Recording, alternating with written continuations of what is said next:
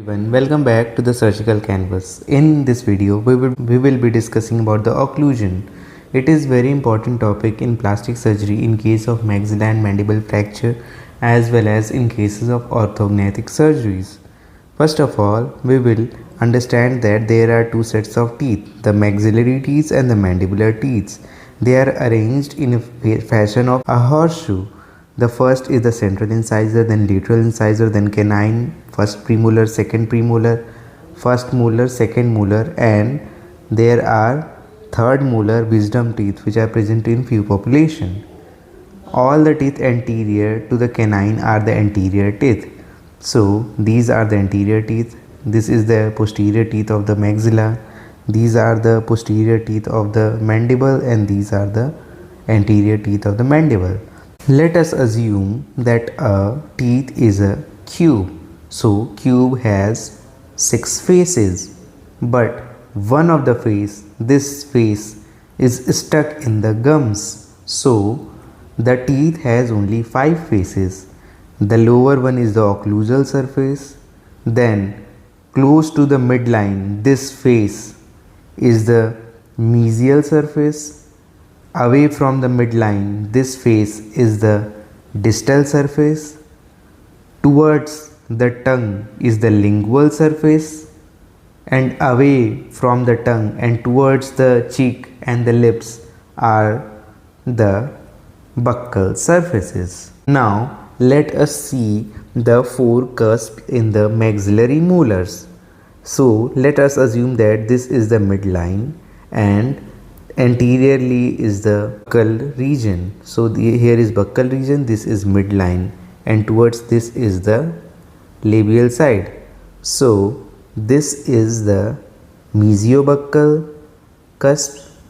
Away from midline is the distobuccal cusp. Towards the tongue is the mesolingual, and this is the distolingual cusp. So here are 4 cusps. Now coming to the canine. So on the lingual aspect there is a cingulum, and there are the, if here is the midline, this is the mesial marginal ridge, this is the lingual ridge, and this is the distal marginal ridge, and there are fossa. This is the mesial lingual fossa, and this is the distal lingual fossa.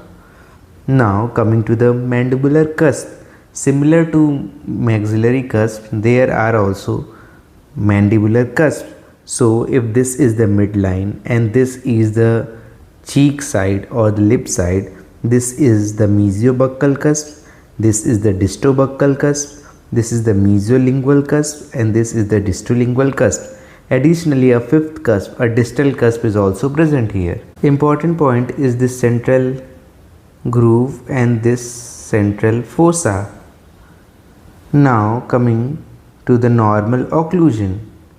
Here normal occlusion is an imaginary arc where this arc is passing through the central fossa in case of posterior tooth, and in case of anterior tooth it is passing through the cingulum, as you have seen the cingulum in the incisor or canines.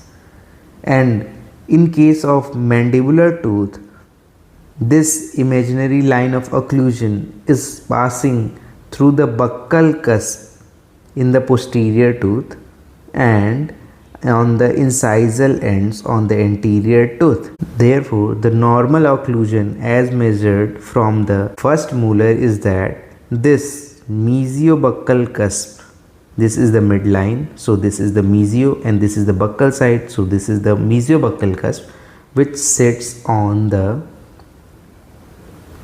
molar groove of the first mandibular molar. If in any case the molar tooth is not present, we can also assess the line of occlusion using the canines. In these cases, the maxillary canine sit in between the mandibular canine and the first premolar. These are the normal lines of occlusion. In the next video, we will discuss about the malocclusion. Thank you.